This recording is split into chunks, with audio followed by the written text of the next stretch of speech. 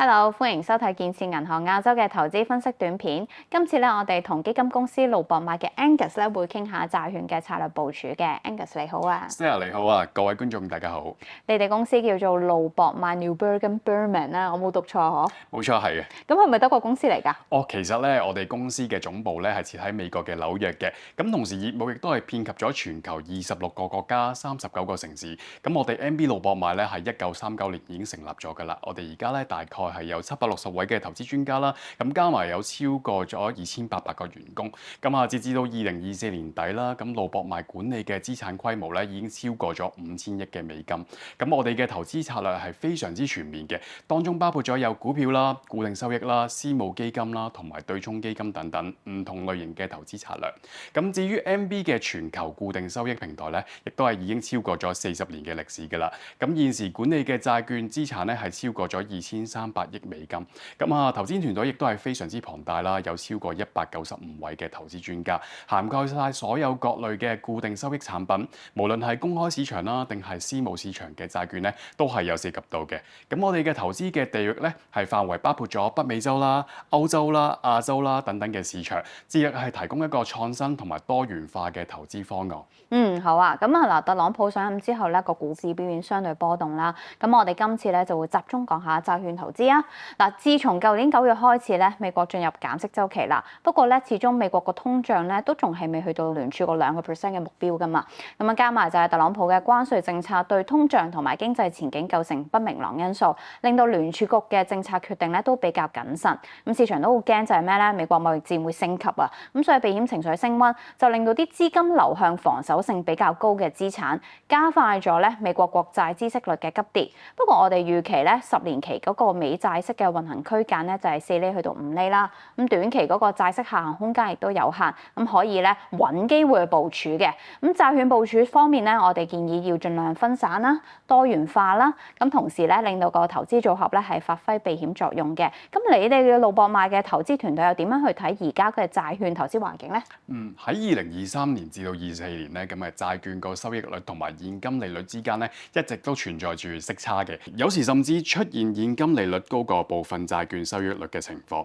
不過今年咧，隨住利率開始下調啦，咁息差亦都回復翻正值，意思係債券嘅收益率咧係再次高過現金利率嘅。咁雖然而家嘅市場仍然都係有啲不明朗嘅因素啦，咁但係我哋評估認為咧，今年嘅美國嗰個通脹水平咧，仍然都係會高過目標嘅。因此我哋預期聯儲局喺短期內係唔會大幅減息。根據我哋嘅分析啦，聯儲局有可能會喺今年稍後時間咧會減息2次，然後再喺2026年到2027年咧分別再減息1次嘅。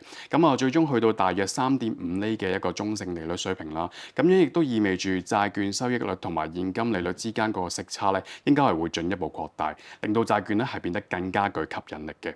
咁喺呢個情況之下咧，咁其實持有太多現金嘅機會成本咧係會慢慢上升啦。咁所以投資者咧係需要重新諗下資產配置嘅策略，考慮更加積極嘅一個投資方式啦。咁樣先至可以做到更加有效咁應對短期市場嘅波動，亦都為達成長期投資目標咧做好準備嘅。如果投資係一啲由國債同埋投資級別債同埋啲高收益債等等嘅組成嘅一啲多元化投資組合咧，其實都已經可以帶嚟一個大約6% 嘅年化收益㗎啦。咁全球經濟發展唔平均啦，加埋地緣政治局勢咧都好緊張，特朗普嘅主張單邊主義啦，咁為全球經濟咧係添陰霾嘅。咁你哋盧博買嘅投資團隊又對於今年嘅投資環境係點睇咧？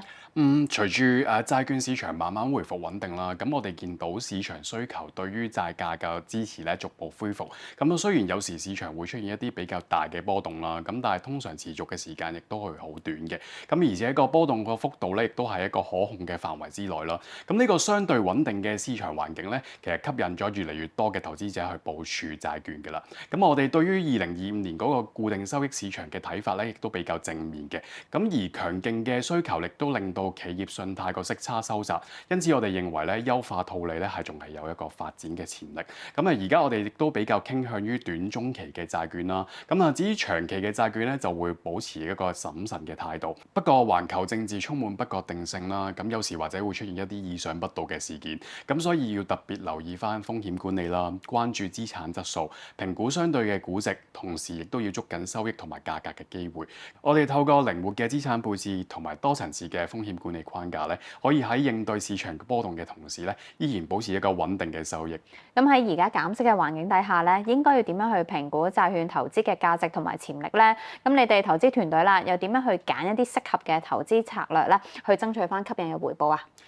喺而家利率同埋通脹嘅環境底下咧，咁我哋會睇好一啲例如係高信貸評級嘅機構按揭抵押證券啦、浮動利率嘅債券產品，以及新興市場債券等等嘅資產。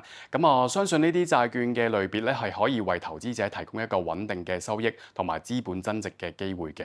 咁呢啲資產因為有強勁嘅基本面支持啦，同埋更加完善嘅一個信貸結構咧，吸引力係進一步提高，成為咗固定收益市場一個亮點。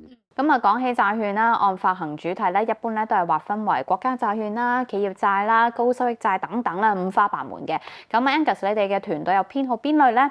同埋因為減息前景唔係好明確啊，係咪對於利率冇咁敏感嘅債券就會比較好啲咧？相比起美國嘅國債咧，咁我哋更加睇好美國嘅機構按揭抵押證券 Agency MBS 嘅。因為咧佢哋同美國國債咧係有相同嘅評級啦，但係收益率咧係仲高過國債嘅。而家呢個市場環境底下咧，其實 Agency MBS 係依然有一個高質素嘅收益嘅重要嘅來源。另外，商業按揭抵押證券 CMBS、資產抵押證券 ABS 同埋住宅按揭抵押證券 RMBS 咧，都係值得留意嘅，因為佢哋提供一個吸引嘅收益率同埋分散風險嘅機會。我哋最近喺投資組合入邊咧，亦都加咗一啲浮動利率嘅債務資產嘅，咁例如係貸款抵押證券 CLOs 啦、銀行貸款同埋呢啲浮動利率抵押貸款嘅債務，咁因為喺波動嘅利率情況環境底下咧，咁甚至喺未來減息次數低於市場預期嘅情況之下咧，咁呢啲資產都有機會帶嚟更加高嘅回報。最後美元計價同埋本幣計價嘅新興市場債咧，亦都係因為估值吸引啦，以及一啲較高嘅風險回報咧，係受到關注嘅。目標係收益同埋風險之間咧，係揾到個平衡。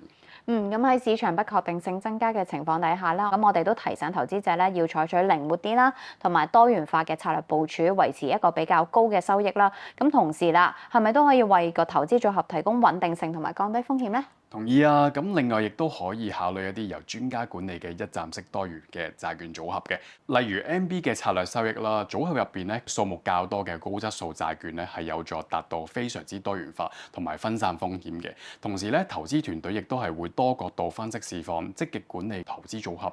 我哋係唔單止會好靈活咁樣喺各個債券板塊之間咧調整配置啦，同時亦都係會好主動咁樣管理債券嘅存續期嘅。喺多變嘅市場環境底下咧，係捉緊機會啦，爭取更加好嘅表現。我哋係唔會長期偏好投資喺某個特定嘅債券板塊啦。咁樣既可以避免錯過市場嘅機會，亦都可以降低投資組合嘅風險，提升回報嘅穩定性。咁我哋都總結下啦，債券嘅重點啦。咁嗱，要部署息口走向，但係又比較擔心環球經濟轉差，高評級、違約率低嘅債券呢個穩健性會比較高啲嘅。靈活調整存續期啦，積極動態輪換，分散喺唔同嘅債券呢，就會有助捕捉收益同埋增長潛力嘅。好多謝晒今日 Angus 嘅分享啦，我哋講住咁多先啦，再見。